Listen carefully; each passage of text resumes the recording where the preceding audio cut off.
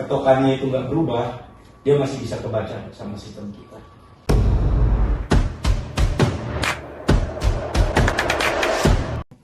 Assalamualaikum warahmatullahi wabarakatuh. Saya Renal Irman Putra dari Universitas Pasundan. Di sini saya akan podcast mengenai etle, dan di sini ada teman saya. Saya pada Jailani. Dan di sini ada Bapak siapa? Saya Brigadir Muhammad Safi dari Ditlantas Polda Jabar. Di sini juga ada siapa? Saya satu dari program dari masyarakat, nama saya Aldi Nur Adiansyah. Langsung saja ke pertanyaan mengenai etle.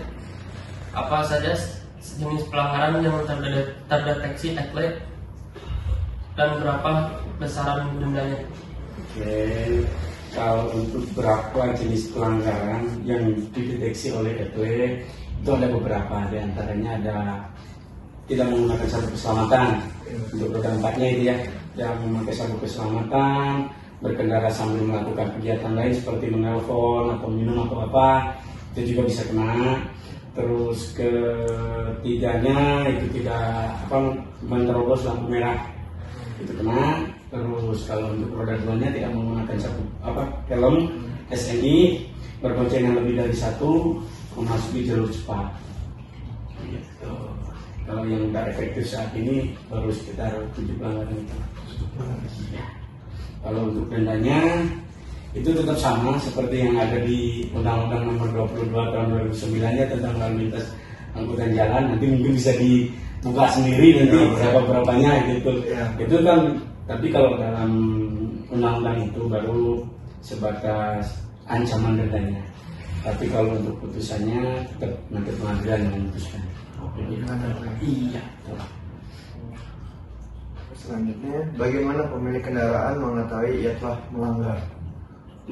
Dalam hal ini maksudnya melanggar elektronik ya. Oke, kalau untuk mengetahui caranya kendaraan saya kena atau enggak, itu kita sudah sediakan untuk website. Itu bisa digunakan untuk konfirmasi maupun untuk ngecek nomor kendaraan kita. Yaitu kalau di Polda Jabar sendiri itu ada di https://stripjabar.info. Nanti kalau untuk cek kendaraan bisa dipilih di situ di menunya cek data. Nanti tinggal masukkan nomor polisi, nomor mesin sama nomor rangkanya. Untuk lokasi, waktu kejadian, tipe pelanggaran, dan detail yang lainnya di situ akan muncul kalau misalkan memang melanggar. Tapi kalau misalkan tidak melanggar, pasti di situnya kosong. Gitu.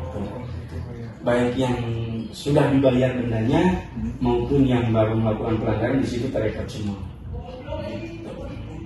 Jadi dicek semua itu pada sistem ya Pak ya? Betul. Izin Bang, mau nanya, kalau menurut Abang gitu, plus minusnya dari perpindahan penilangan secara manual sama aplikasi secara elektronik, gimana Bang? Kalau plusnya pasti banyak ya plusnya. Di antaranya masyarakat lebih fleksibel menggunakan waktunya, pertama. Terus keduanya dalam segi pembuktiannya bisa lebih jelas karena di situ ada capture-nya, fotonya. Baik kalau misalkan yang kurang yakin terhadap fotonya bisa kita Akurat betul ya? ambilkan untuk videonya. Kalau untuk tingkat akurasi alhamdulillah sampai saat ini hampir rata-rata ada di sekitar 90% ke atas untuk akurasi pembacaan nomor polisinya ya. Mungkin ada beberapa kasus yang pada saat tercapture plat nomornya kendaraan tapi dipakai sama orang lain, atau kalau enggak kendaraan dan tipenya sama tapi itu dipakai sama orang lain. Nah itu yang masih menjadi kendala. Pertama itu ada beberapa orang yang menyalahgunakan plat nomor orang lain. Keduanya untuk seperti tidak memiliki SIM, terus knalpot berisik, itu masih belum bisa didetail. Iya, karena kan kalau etle itu masih yang kasar mata ya pada dasarnya gitu. Kalau yang jelas pelanggarannya baru bisa didetail gitu. Kalau yang pelanggaran bersifat administratif dia nggak bisa detail. Terus minusnya di situ. Kalau saat menerima surat konfirmasi, apakah pemilik kendaraan sudah ditilang? Kalau pada saat menerima surat konfirmasi, namanya juga konfirmasi ya, berarti belum. Berarti itu surat dari kita, dari pihak kepolisian untuk menanyakan apakah betul pada saat itu kendaraannya itu yang tercapture oleh kami itu betul dengan pelanggaran yang dilakukan. Gitu. Makanya ketika kewajiban kita selaku masyarakat kalau menerima surat konfirmasi apa? Satu kita cek dulu fotonya betul nggak ini kita atau saudara kita atau kerabat kita atau orang yang pernah pinjam kendaraan kita gitu. Kalau misalkan betul tinggal dikonfirmasi gitu, isikan data-datanya tapi misalkan diminta untuk upload SIM tinggal dimasukkan, nanti akan tinggal tunggu kode pembayaran gitu.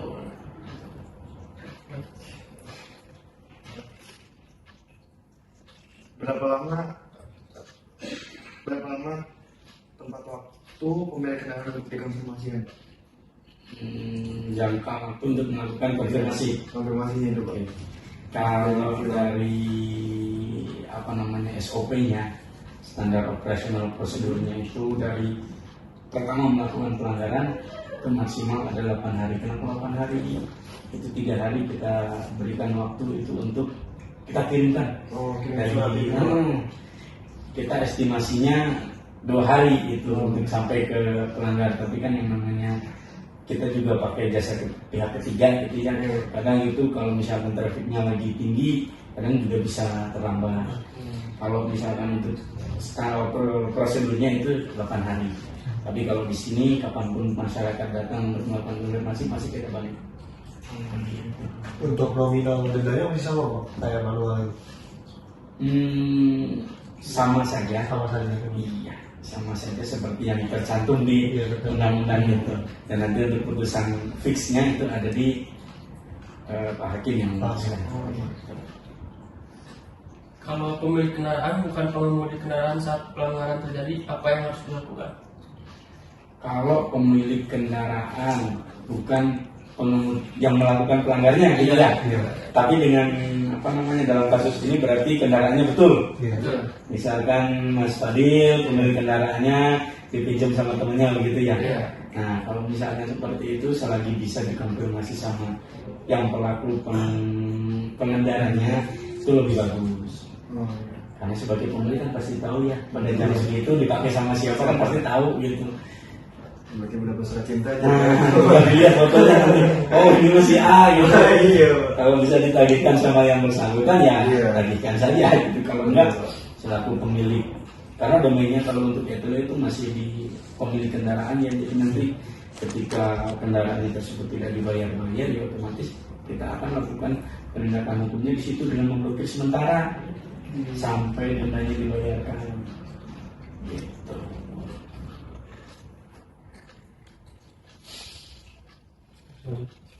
Apabila kendaraan melanggar telah dijual sebelumnya, apa yang harus dilakukan Pak? Kalau pemilik kendaraan sudah dijual kendaraannya Pak. di situ dari suratnya itu kan ada barcode yang bisa di scan untuk masuk ke arah link konfirmasi itu, tinggal dikonfirmasikan kendaraannya sudah dijual di situ. Iya. Kalau misalkan kendaraannya dijual, nanti tinggal masukin identitasnya. Kalau misalkan dijualnya ke showroom, tinggal diisi nama showroomnya aja. Kalau diisi perorangan, bisa dicantumkan nama pembelinya. Atau kalau misalkan nggak tahu juga, sama sekali nggak tahu, tinggal ditulis no-name juga nggak masalah. Nanti kita akan blokir sementara STNK-nya. Bagaimana cara membayar dendanya Pak? Kalau untuk membayar dendanya pada saat pertama kita terima surat konfirmasi, kita lakukan konfirmasi baik melalui website maupun datang langsung. Kita cantumkan nomor telepon yang bisa SMS ya. Itu nanti akan kita berikan kode bayar dari SMS itu. Kode bayarnya dikirim dari SMS bukan WA. Itu juga atas namanya dari Etilang langsung. Kalau selain itu jangan dihiraukan. Gitu karena sekarang kita lagi banyak itu yang dikirimnya dari WhatsApp nanti disuruh kirim. Itu juga kalau di ada beberapa kemarin gitu banyaknya dikirim dari WhatsApp. Nah terus pas kita udah terima kode bayar, sebelum kita melakukan transaksi kita lihat dulu betul nggak nama yang tercantum di kode bayar itu nama kita gitu. Karena namanya Brify itu seperti kalau kita pesen barang di Shopee gitu kan, atas namanya atas nama kita gitu, bukan atas nama orang lain gitu. Jadi bisa via online. Iya, kalau misalkan belum dalam jangka waktu 2 kali 24 jam belum terima berbayar, bisa telepon aja ke call center. Polda Jabar dia mau 22 7431 4-nya 3 kali. Satunya 4 kali. Satunya 4 kali. Dan di surat konfirmasi di situ udah dicantumkan begitu. Iya. Berarti udah nggak perlu buat ke jasa lagi. Ya, nggak perlu kesini lagi sih sebenarnya. Nggak perlu ke kantor, jadi tinggal via online aja sebenarnya. Nanti tinggal dibayar, kalau dibayar akan terbaca secara otomatis dari sistem kalau sudah melakukan pembayaran. Baik.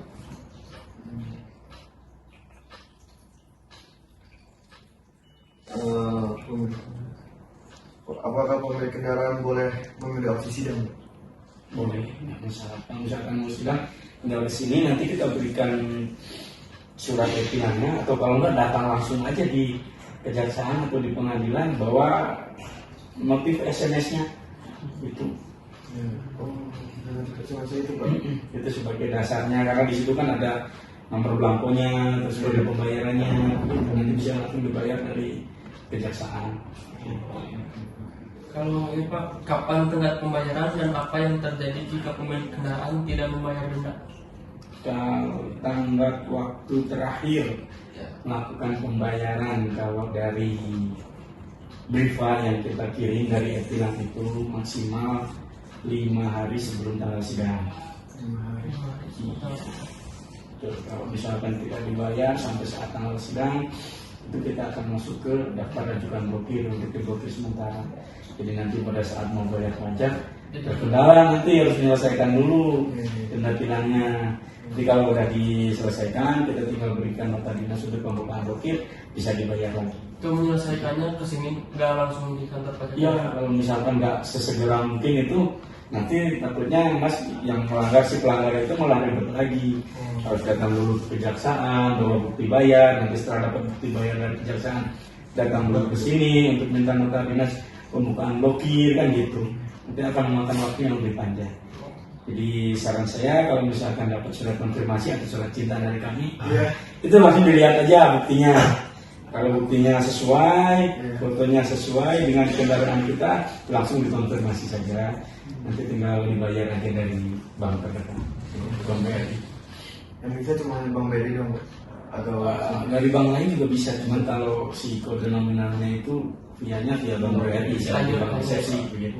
Mau dibayar dari Dana pun bisa. Dari kalau sekarang itu apa sih yang sering dipakai? Kalau Flip tuh kayaknya nggak bisa kalau dari Flip. Iya. OVO bisa. Dana bisa, dari bank-bank lain juga bisa.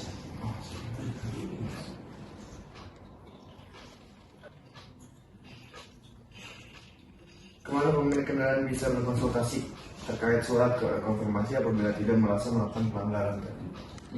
Kalau misalkan bukti capture-nya tidak sesuai sama identitas kendaraan kita, pelanggar bisa langsung datang ke sini sambil membawa bukti-buktinya, bukti-bukti foto kendaraannya dari segi fisik maupun dokumen yang lain, begitu. Jadi kalau misalkan plat nomornya berbeda sama, kadang kan ada yang kalau misalkan ini kendaraan A untuk Scoopy, tapi yang di capture itu kendaraannya B, tapi plat nomornya sama, itu kalau datang aja ke sini bawa foto kendaraannya, dan kendaraannya juga dihadirkan ke sini. Barangkali nanti kita mau cek lebih lanjut kan udah ada kendaraannya. Jadi itu bisa dibantu melalui yang seperti itu, asal kuat aja waktu pelanggaran. Buktinya kuat ya kita bisa ini kan. Karena kita kirim dulu konfirmasi dan langsung tagihan untuk itu. Karena nggak semuanya itu ya kita harus mengedepankan asal peradilan salah ya. Jadi konfirmasi dulu betul nggak ini pelanggarannya dan kendaraannya sesuai, kalau sesuai tinggal lanjut. Satu pertanyaan lagi Pak, bagaimana mengetahui informasi mengenai tanggal dan lokasi pengadilan terkait pelanggaran? Kalau yang di Polda Jabar ini kita semua sidangkan di Pengadilan Negeri Kota Bandung. Karena kan yang paling dekat dari sini di situ ya, di Kota Bandung itu. Kalau untuk jadwalnya nanti bisa dilihat langsung di website sesuai sama nomor pembayaran yang dikirimkan via SMS itu. Nanti di situ ada jadwalnya, terus ada dendanya berapa, di situ juga masuk pembayarannya ke nomor yang mana, atas nama dan lain-lain nanti ada di situ. Bisa dilihat langsung di etilang.info, masukin aja nomor kode blanko, nanti akan muncul waktu dan besaran menjadi juga dari situ. Izin bang, mau bertanya lagi. Kalau apa namanya itu etilang ini udah diberlakukan di tiap kabupaten, misalnya masih kabupaten Jawa Barat lah, di Jawa Barat itu. Kalau di Jawa Barat, mungkin kalau untuk yang etle yang seperti ada di Bandung itu, yang statis itu cuma ada di Bandung sampai saat ini, sama di Cirebon. Di Cirebon itu ada 3 titik, kalau di Bandung ada 21 titik, terutama yang kamera-kamera ada bisnya. Nah itu etle, tapi kalau selain itu biasanya kamera pantau. Tapi kalau untuk di Polres Jajaran, kita udah mengembangkan aplikasi etle mobile. Iya, jadi nanti barangkali mas-mas pernah lihat polisi yang memfotoin pelanggaran, nah itu bagian dari etle mobile. Iya, jadi masih ada yang turun ke lapangan gitu. Ketika ada, tapi cuman penilangannya sampai saat ini belum dilakukan lagi. Jadi kalau misalkan ada yang melanggar, paling difoto aja sama petugas kalau sampai saat ini. Tapi menurut saya bang, pribadi saya gitu, saat di lapangan gitu bang, sebelumnya kan polisi itu turun langsung di lapangan gitu, di pos jaga atau gimana. Dan setelah etilangnya dilakukan gitu, sedang berlangsung, jadi masyarakat itu yang kayak yang bodoh amat gitu bang, karena etilang ini yang penting kemana jadi semakin bebas gitu. Benar nggak kalau menurut abang gitu? Kalau ini kita juga lagi sedang melakukan kajian ya untuk penerapan apakah dengan dicabutnya tilang manual ini efeknya bakal lebih bagus atau lebih negatif gitu. Ya memang sih banyak beredar di media sosial itu yang kayak cuek aja gitu, jalan seenak-enaknya kan gitu. Tapi ya gimana lagi, karena petunjuk dari arahan dari pimpinan seperti itu ya kita lakukan seperti yang diarahkan oleh pimpinan gitu. Kalau masyarakat sendiri gimana? Lebih baik ada tilang manual atau gitu? Ada santai kan dulu bang, kalau lagi kalau jalan ke Bandung atau kemana itu suka kaget bang, polisi ada polisi. Tapi kan kalau udah sekarang yang berlangsung ya tilang, ya udah jalan aja bang santai. Tapi kan kita nggak tahu salah kita di mana atau di mana aja. Maka itu kita berikan website itu untuk ngecek juga. Nanti bisa dicoba dicek di rumah. Orang lain jangan-jangan Karena juga tidak kali ya gitu. Karena banyak juga yang datang sini, Pak saya nih baru ngerasa terima surat 1 kali, padahal kita kan setiap ada pelanggaran yang kita validasi pasti kita kirimkan suratnya. Kalau urusan di situ nyampe diterima langsung sama si pemilik atau enggak, itu ya kita kurang tahu. Pernah ada satu kejadian itu yang bersangkutan beli kendaraan bekas itu karena baru di BBM beberapa bulan kemarin. Dia baru terima 1 kali di suratnya, karena kan si alamatnya baru dirubah itu ya, dirubah ke dia. Itu baru terima 1 kali, padahal dia udah melanggar 10 kali gitu kan. Makanya itu kita sediakan untuk itu bisa dicek sendiri dan bisa diakses oleh masyarakat, jadi biar lebih transparan lagi gitu ya. Umumnya berarti masyarakat itu sudah mulai mendownload aplikasi. Enggak, bukan aplikasi. Itu di website. Jadi bisa dari Google Chrome. Iya, bisa diklik gampang aja, bisa dicek. Ya, termasuk yang menggunakan itu kebanyakan yang punya usaha rental gitu. Jadi dia bisa cek langsung. Karena kita real time kan penindakan hari ini juga bisa dicek. Gitu. Nah, ini setelah lagi pertanyaan kepada masyarakat, kan tadi katanya ada plus minusnya. Plusnya apa tuh? Tulisnya itu yang saya pribadi alamin itu agak bebas mas. Jadi berkendara tuh kayak seperti dulu kan sebelum berlakukannya etilang ini, kita tuh pada oknum yang di jalan yang polisi itu kan agak kaget, agak gimana gitu. Tapi sekarang udah dicabut, nah itu tuh kayak makin bebas aja gitu. Kayak pakai motor atau pakai helm yang saya rasain gitu. cuek Kalau- aja. Ada lampu juga biarin lah gitu. Dan nggak akan ditilang ini sama polisi kan yang di gitu. desa atau di ya maksudnya di pelosok-pelosok kan jauh dari kantor polisi kan. Betul. Kalau khususnya Minusnya paling nah itu udah terus plus minus. Itu minusnya gitu. Oke. Ya Pak, mau tanya kalau misalkan Anda itu 24 jam atau ada waktu tertentu dari pagi sampai sore? Kalau untuk si kameranya sendiri, si etle-nya itu sendiri, si kamera etle statisnya itu dia bekerja 24 jam. 24 jam. Iya, berdasarkan sensor gerak. Jadi setiap ada yang masuk, ada yang melintas di bawahnya itu pasti dia nge-bleed atau nge-capture. Cuman untuk yang masuk ke dashboard kita itu yang ada pelanggarannya. Pelanggarannya. Iya, jadi nggak semua yang ke-bleed dan ke-capture itu masuk ke dashboard kita.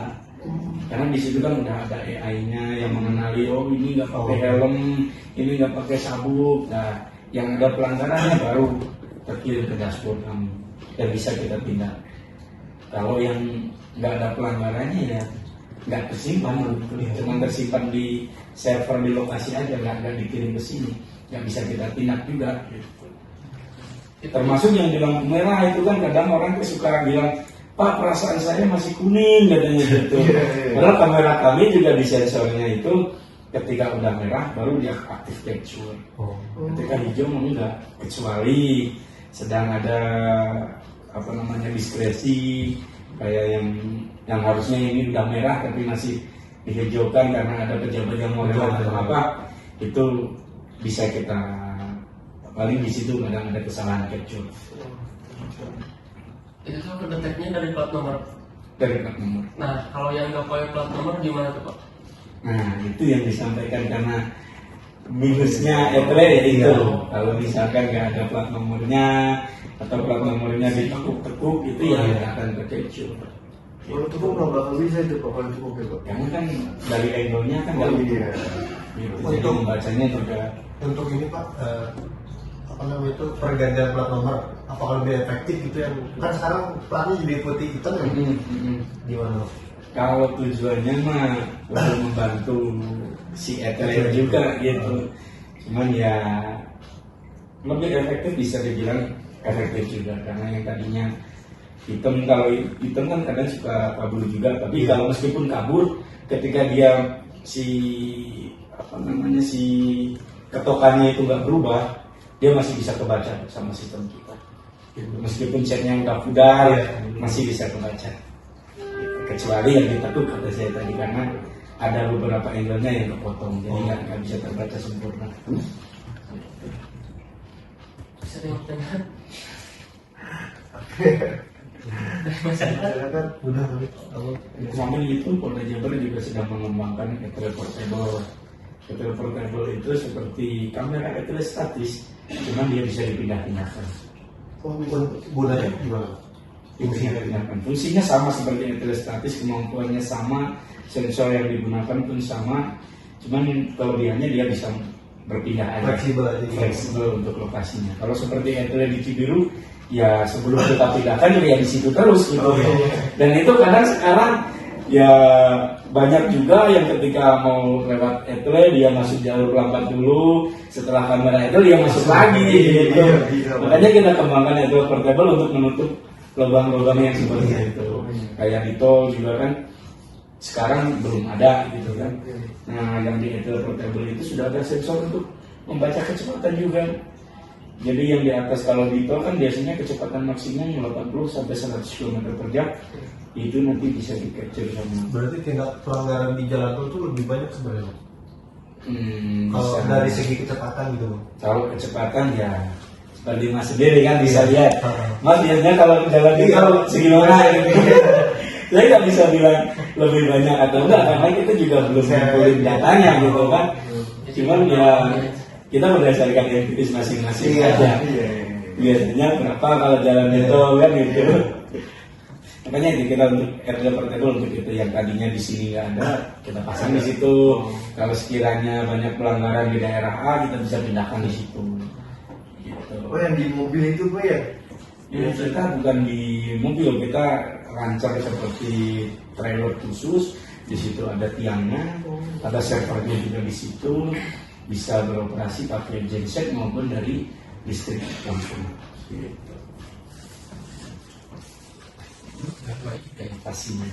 Gitu. Terima kasih Pak atas waktunya. Siap, sama-sama. Semoga podcast ini bermanfaat. Mohon maaf bila ada kesalahan. Assalamualaikum warahmatullahi wabarakatuh. Jangan lupa like, comment, dan subscribe.